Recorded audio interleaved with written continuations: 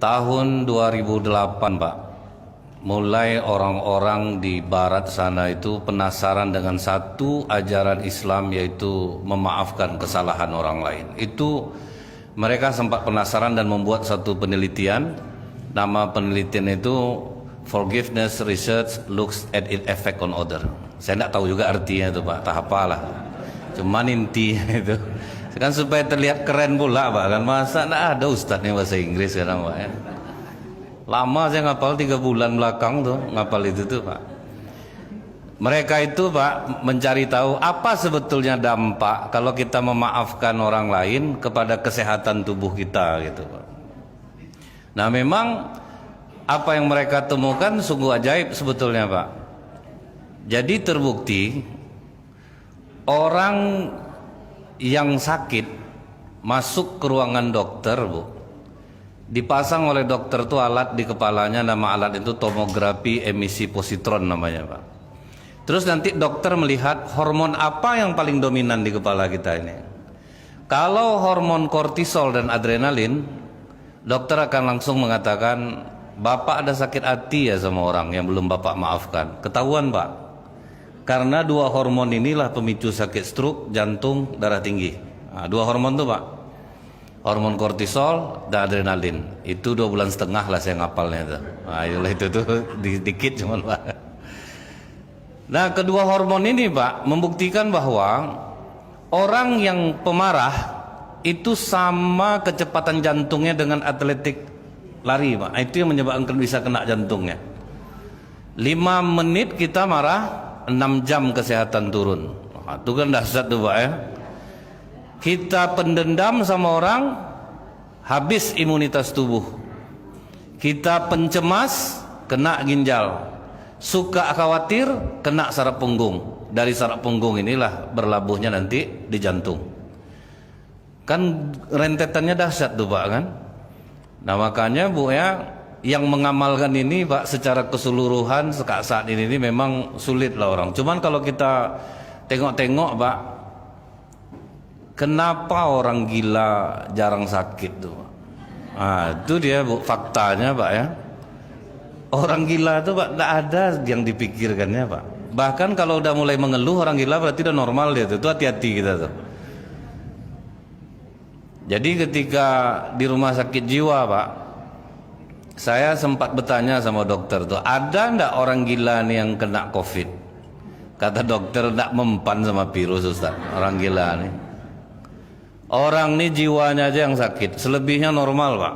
Gula darah, kolesterol, normal semuanya. Lempang perasaan orang gila itu, Bu. Dia ndak ada menceritakan keburukan orang. Dia sibuk dengan diri dia sendiri. Ndak ada peduli dia. Makan nasi basi oke.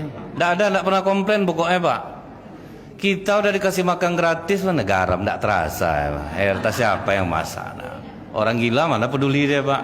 Kadang kita harus jadi jiwa yang seperti ini, Pak. Maksudnya jangan yang gilanya diambil, Pak. Lempang perasaan itu yang harus kita ambil, Pak.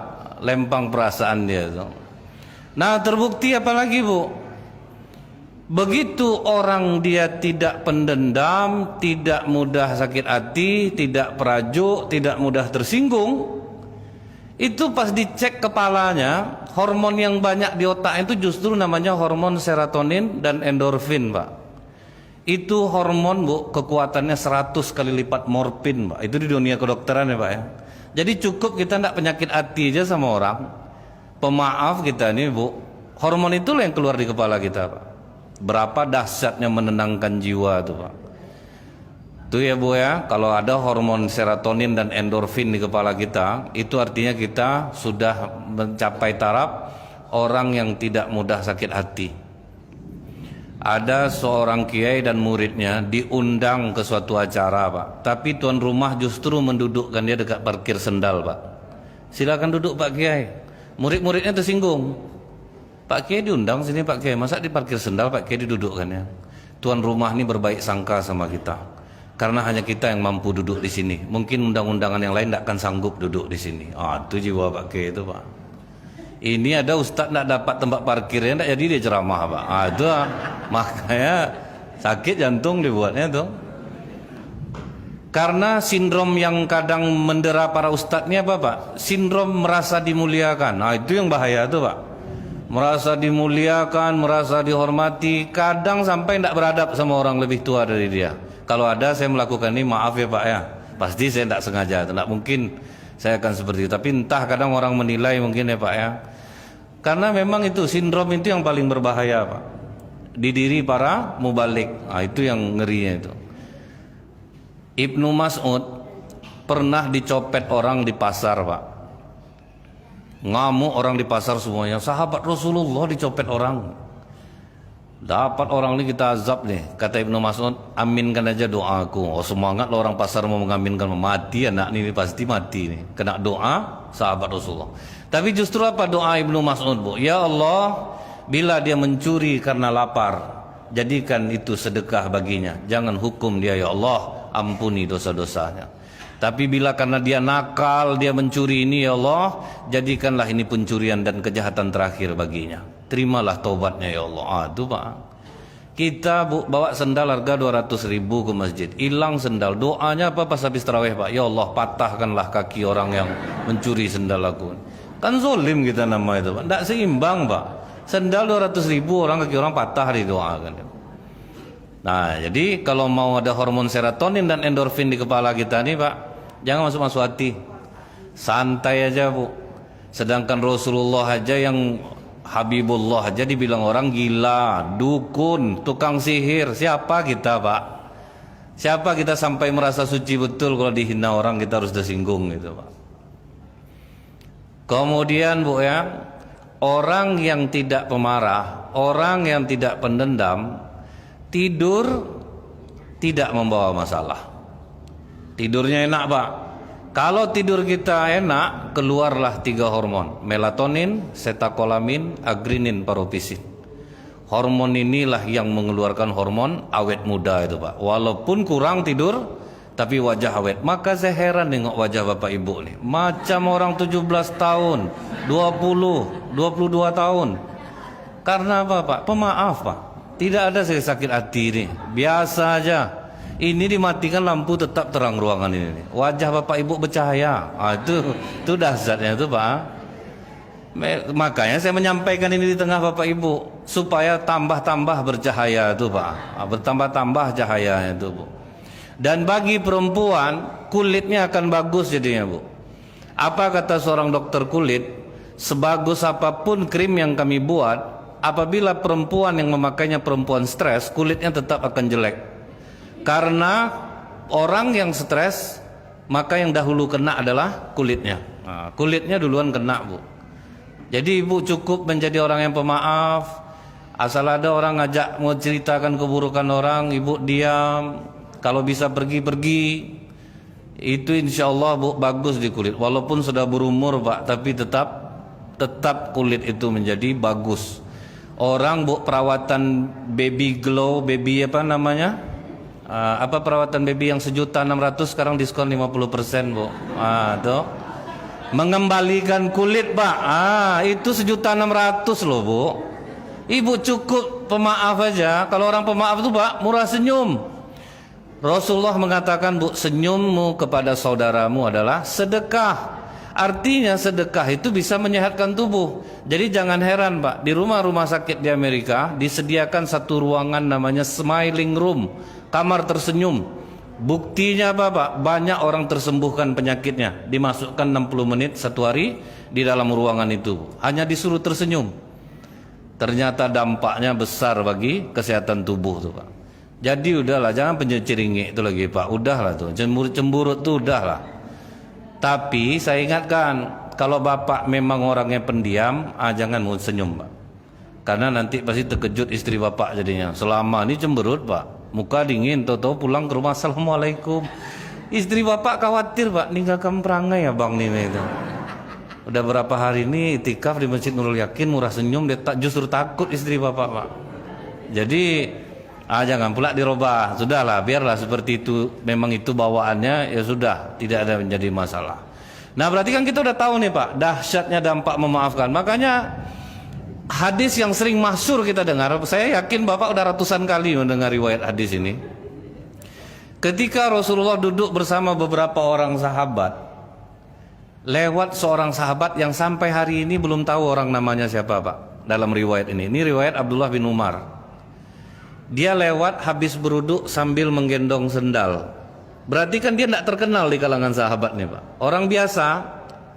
Kata Rasulullah, telah lewat ahli surga.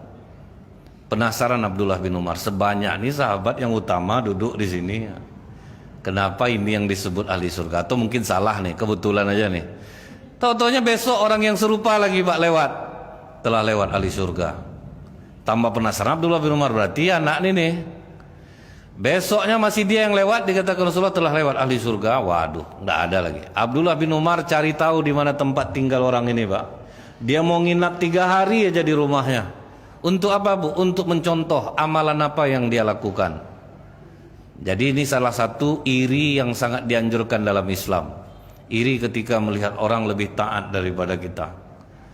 Kemudian, Bu, numpang nginaplah Abdullah bin Umar di rumah dia nih, Pak. Di situ agak kecewa Abdullah bin Umar. Ternyata amalannya sangat ringan dan sangat biasa, Pak. Tahajud malam enggak.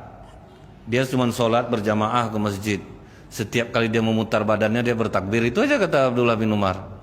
Sholat wajib berjamaah, kemudian baca Quran kurang, zikir kurang. Paling itu aja lah. Setiap kali dia membolakkan balik badan dari tidur itu ya Allahu Akbar. Itu aja. Setelah 3 hari baru Abdullah bin Umar jujur, Pak. Sebetulnya aku tidak punya masalah sama orang tuaku. Cuman aku numpang tidur di sini itu aku jadikan alasan supaya aku bisa melihat amalan apa yang kau lakukan. Karena udah 3 kali kau lewat depan Rasulullah dan para sahabat, Rasulullah selalu mengatakan telah lewat ahli surga. Kata dia kepada Abdullah bin Umar, tidak ada amalan yang lebih rasanya selain yang kau lihat selama beberapa hari ini diriku. Cuman aku sebelum tidur, aku ingat seluruh orang yang menyakiti aku. Kemudian aku mohonkan kepada Allah, ya Allah, jangan beri mereka dosa. Aku maafkan semua kesalahan-kesalahan mereka. Itu cuman, Pak, amalannya, Pak. Sebelum tidur, dihapusnya semua rasa sakit hati, dendam sebelum dia tidur. Itulah yang mengantarkan dia menjadi ahli surga. Maka kata Abdullah bin Umar, itu pula yang berat rasanya untuk kami lakukan. Nah, memang diakui sahabat juga, Pak. Itu berat untuk dilakukan. Mungkin kita masih ingat ketika Ummul Mukminin Aisyah dituduh berselingkuh dengan Safwan bin Mu'attal, itu kan Abu Bakar paling ngamuk, Pak. Demi Allah aku bersumpah, kata Abu Bakar Siddiq, siapa yang menjelek-jelekkan anakku, mengatakan berselingkuh dengan Safwan bin Mu'attal, aku tidak akan lagi memberikan bantuan kepadanya sedikit pun, baik kaum muhajirin ataupun ansor, baik orang-orang yang berjihad fisabilillah, baik keluarga aku sendiri yang ikut menjelek-jelekkan anakku, tidak akan aku berikan bantuan lagi. Itu reaksi spontan, Pak. Kan marah berarti Abu Bakar Siddiq tuh. Cuman kelebihan para sahabat tuh, Bu, begitu ditegur dengan ayat langsung mundur, Pak. Turun surat An-Nur ayat 22. Itu berkenan Abu Bakar Siddiq tuh, Pak. Wala ya'tali udlu fadli minkum wasa'ati ayyutu lil qurba wal masakin wal muhajirin fi sabilillah wal ya'fu wal yasfahu. Tidak pantas bagi orang yang memiliki kelapangan rezeki bersumpah bahwa dia tidak akan menolong kerabatnya, orang-orang miskin, orang-orang yang berhijrah di jalan Allah. Maafkan dan berlapang dadalah. Begitu disampaikan ayat ini ke Abu Bakar, aku cabut sumpah gue Rasulullah, aku tetap akan bantu mereka. Sempat kita tuh, Pak, ini sorry Rasulullah, aku tahu memang ayat itu betul, tapi enggak bisa aku loh. Sakit betul hati aku nih Rasulullah, anak aku gitu-gitu kan. Nah, itu bedanya, Pak.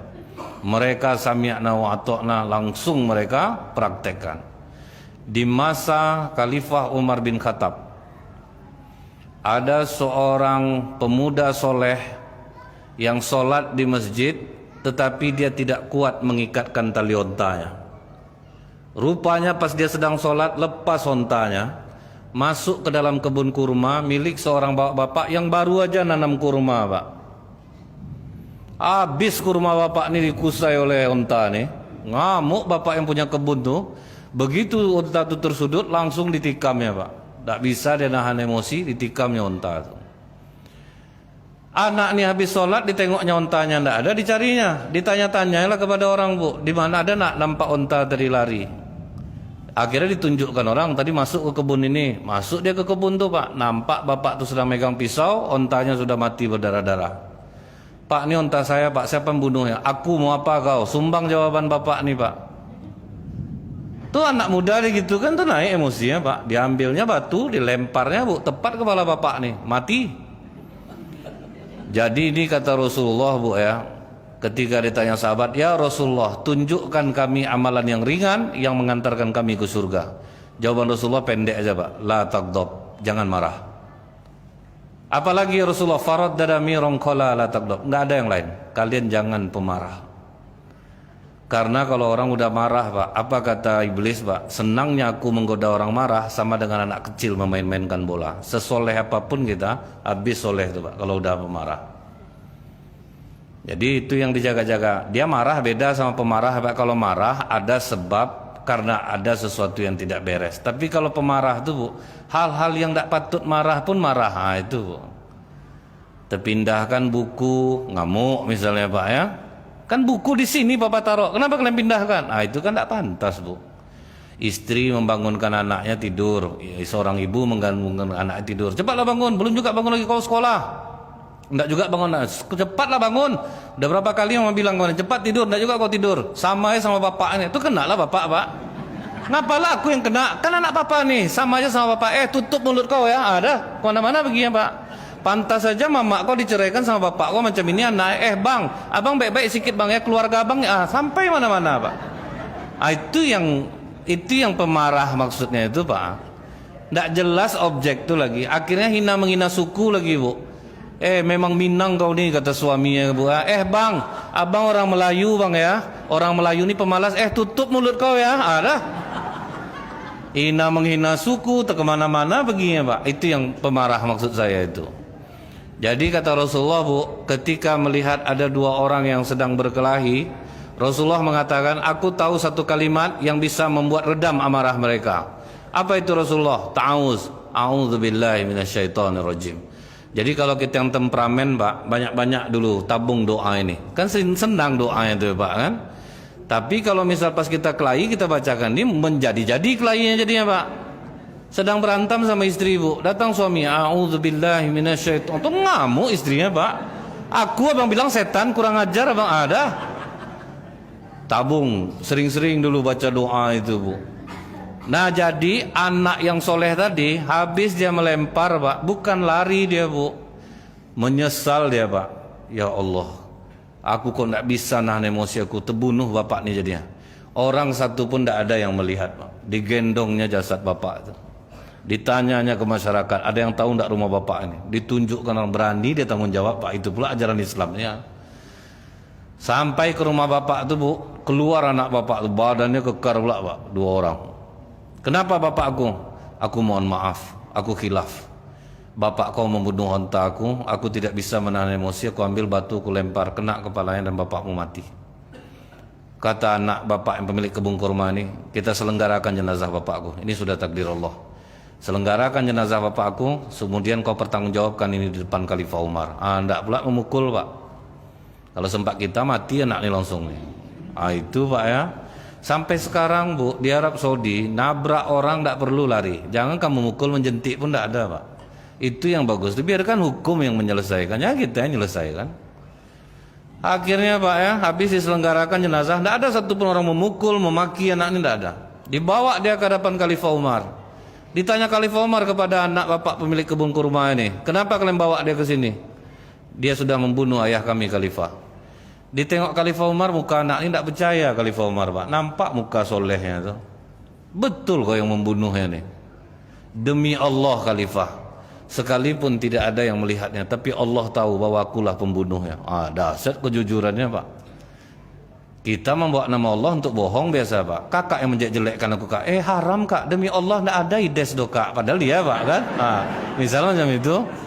Berarti dia tuh Pak. Kadang diundang, insya Allah Pak. Arti kalau insya Allah itu tidak datang Pak, itu banyak Pak. Dua dosa itu Bu, membawa nama Allah untuk berdusta. Itu lebih dahsyat lagi Pak. Akhirnya kata Khalifah Umar, karena kau telah membawa Allah di dalam sumpahmu, kau tidak boleh lagi keluar dari Madinah ini. Maka kata anak muda ini, aku mohon izin Khalifah, aku ada membawa harta anak yatim bersamaku yang belum kusampaikan. izinkan aku pulang ke kampungku selama 3 hari aja, habis itu aku akan kembali ke sini. Tidak bisa, kata Khalifah Umar. Karena kau telah membawa nama Allah, kau tidak boleh lagi keluar dari Madinah ini kecuali ada orang yang menjaminkan dirinya untukmu. Bilang kau tak kembali, dia yang dihukum pancung. Berdiri dia Pak, ditengoknya sahabat Rasulullah yang masih hidup. Nampak dia Abu Dzar Al-Ghifari radhiyallahu an. Paman, apakah paman mau menjaminkan diri paman untukku paman selama 3 hari? Langsung berdiri Abu Dzar Al-Ghifari radhiyallahu an. Pulanglah nak, aku yang akan menjamin dirimu. Wah, itu persaudaraan Islam Pak. Pergi dia ke kampungnya, jalan kaki pulang Pak, onta udah mati. Tidak ada tanda-tanda dia kembali sampai hari ketiga. Maka kata anak pemilik kebun kurma ini, aku tidak peduli lagi Khalifah. Yang penting nyawa ayahku yang tertumpah harus ada menebusnya, dan yang menjaminnya adalah paman Abu Dzar. Jadi laksanakan saja hukumannya. Sedikit pun tidak ada guratan penyesalan di muka Abu Dzar Al-Ghifari Pak. Begitu detik-detik pemandangan akan terjadi, dari jauh nampak anak muda itu berlari. Tunggu Khalifah, Khalifah, Khalifah, Khalifah, Khalifah. Itu bergema-gema tuh Pak ya. Kali tengah gurun tuh Bu, banyak bukit-bukit. Aku telah datang, telah datang, telah datang. Aku akan memenuhi janji yang sudah aku buat. Karena aku tidak mau membuat orang berkata bahwa tidak ada lagi orang Islam yang bisa dipercaya. Waduh, kagum orang nengok kejujuran dia Pak.